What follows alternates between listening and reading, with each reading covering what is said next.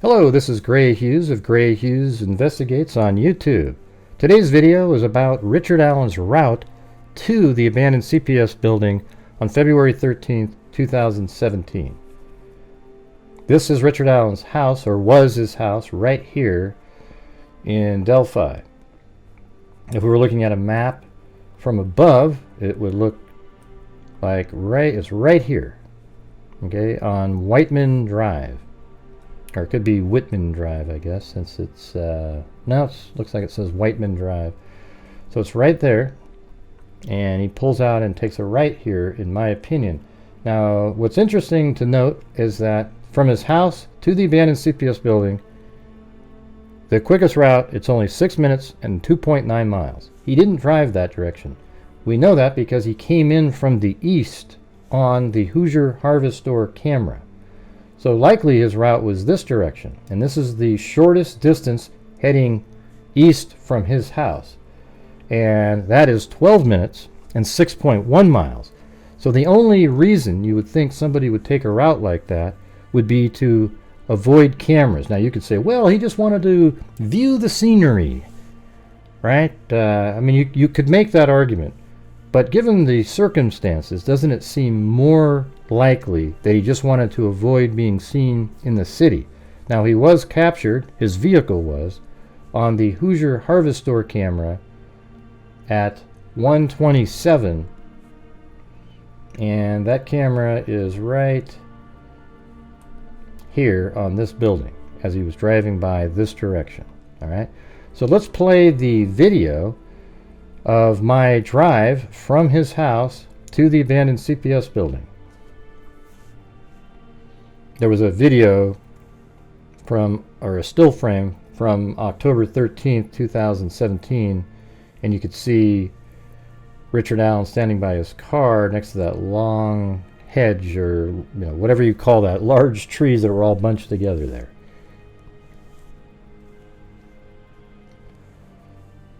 So Richard Allen starts off heading east on West 200 North, and is going to be going over a bridge here soon, right there. And on the map, that bridge is right there. Back to the video.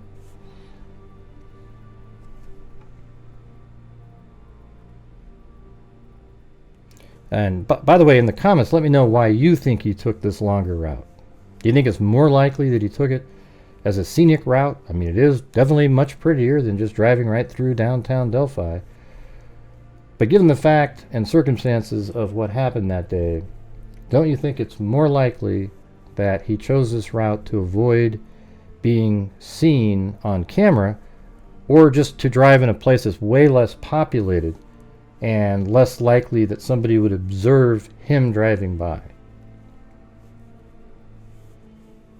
Some people argue, though, that when it's less populated, one single solitary car acting alone with dexterity might be noticed over a car in a bunch of other cars. Okay, now we're down the highway here.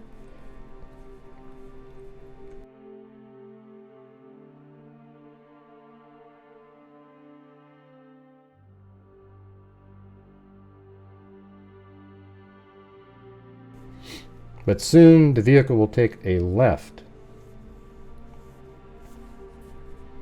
And that left is going to be on North 450 West. It's going to go just like this, straight up.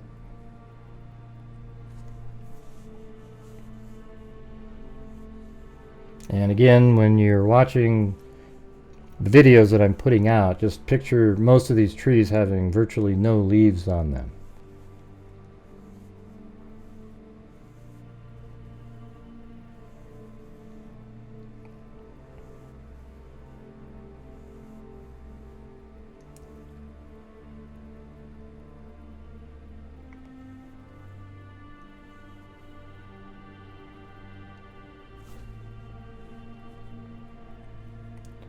And let's see, I think this is kind of pretty much in this area right here at this point.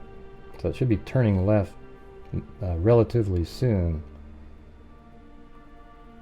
Yeah, so it's after this building here.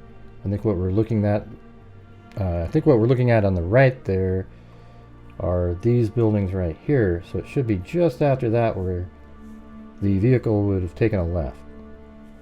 So we just drove by that, and should be shortly after that we take a left. And I think we're driving by this cornfield right here.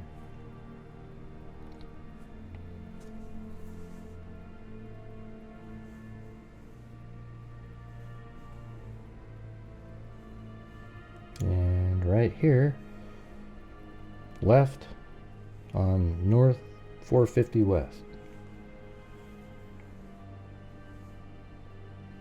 Oh yeah, and there was a bald eagle. Can you see that right there? A bald eagle had killed, or was eating an animal on the side of the road right there. I think it was a cat even. It was pretty crazy. So I actually stopped the car to watch, but you could see that bald eagle, strangely.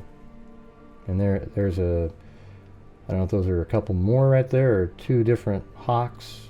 Looks like another bald eagle. I can see the white tail on it.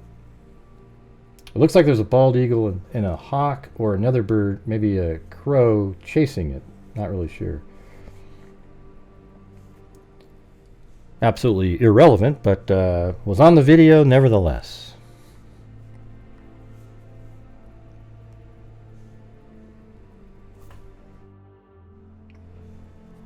Okay, so now when we look at Google Earth,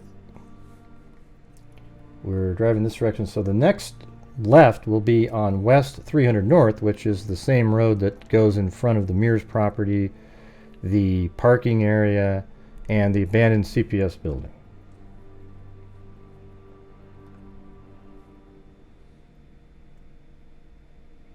Great, stop it, pause it. Who's the guy on the bike? What difference does it make? See, that's the way people's minds work.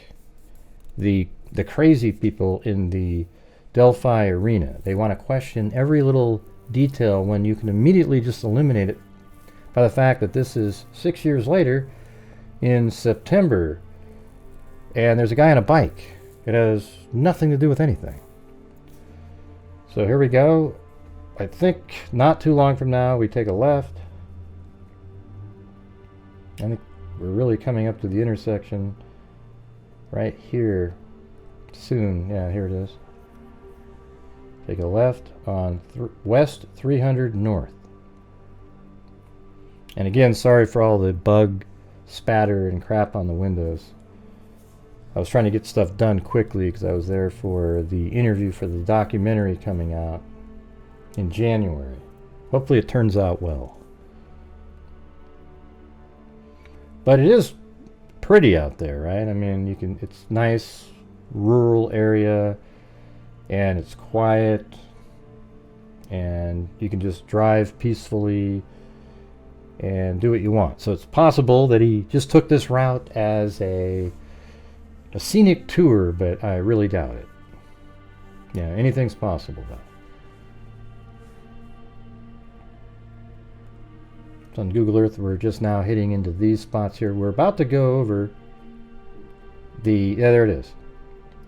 So this is the Wilson Bridge. So this bridge is important, I guess. It was mentioned early on because Derek German, when he was going back to pick up Libby and Abby, he drove over this bridge at 3:11.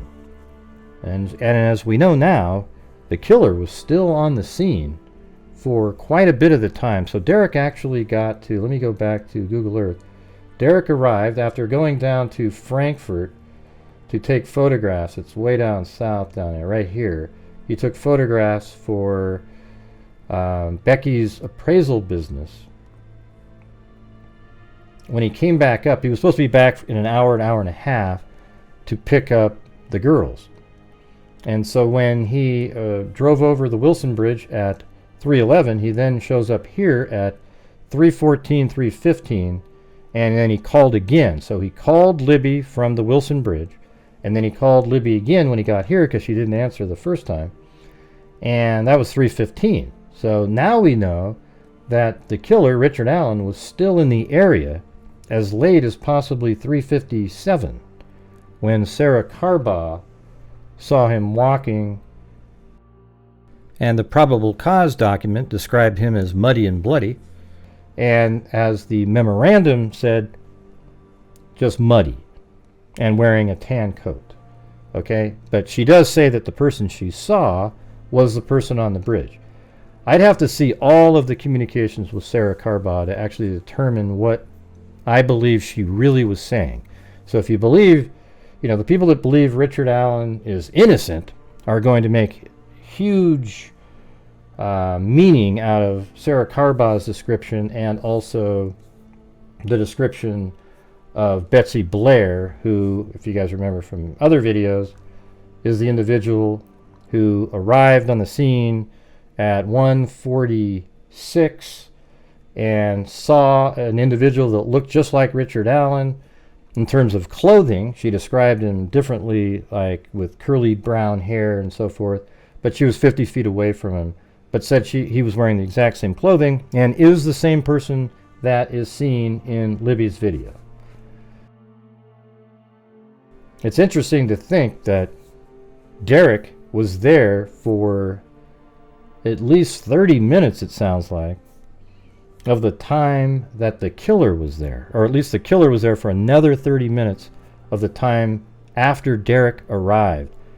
And given the timing and where Derek was, that means the killer walked by not too far away from where Derek was, because he was probably sitting around in this area in his car while the killer was heading back to the abandoned CPS building. Now we're on the Wilson Bridge here.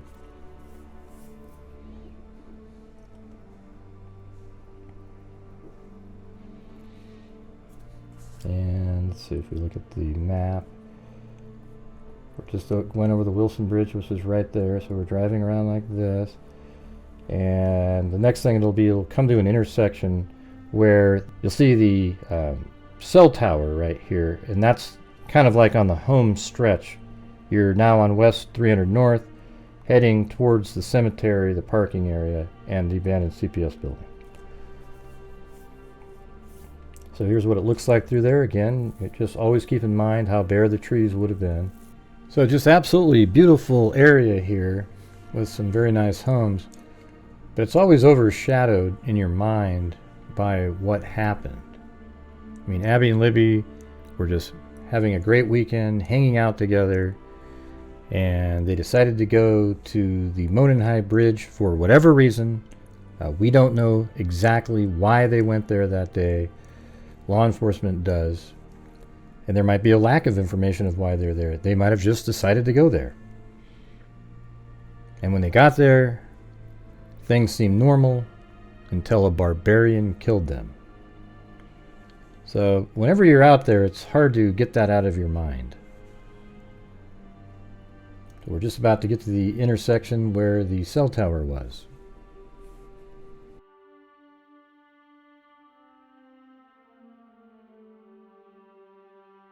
So I'll hit pause, go back up here.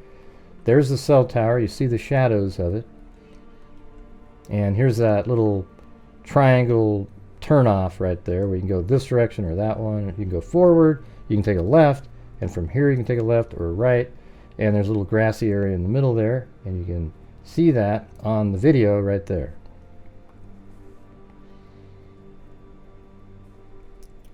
So after the vehicle takes a left, drives in this direction, and it's very close to Ron Logan's property at this point.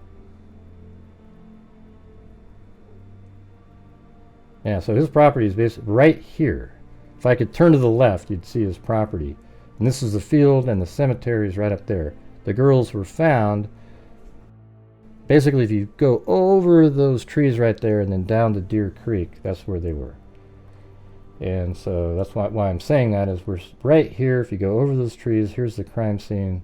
There's the cemetery. We are right here. So we took this left and we're right in this area on the video. In fact, let's see if that tree, I think that tree is right on the, yeah, that tree right there is the one we just drove by on the left. And there should be this little cylinder thing on the right. I don't know if you can see it, but there it is. Right there. Let me go back through there again. You just barely see it, but a silo right there on the right. That's the one we're looking at right there. All right. So now we're driving. We should be passing the cemetery soon.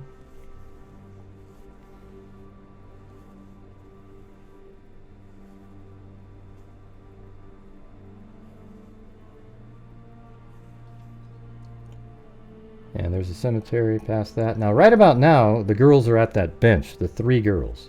They're at a bench taking a photograph at 126.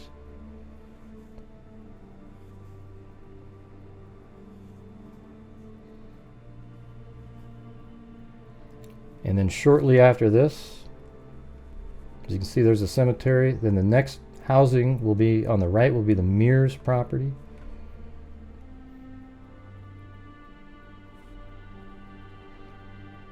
And just there on the left is the parking area. This is where people used to park. That fence did not used to be there, so you would park right there.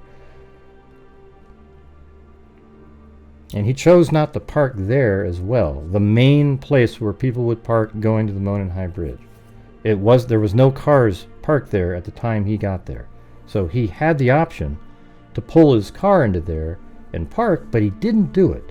And then you ask yourself why? Well, because he didn't want to have his car parked among the commonly parked area, because people would be able to look at it and he'd have to get back to his car after the murders.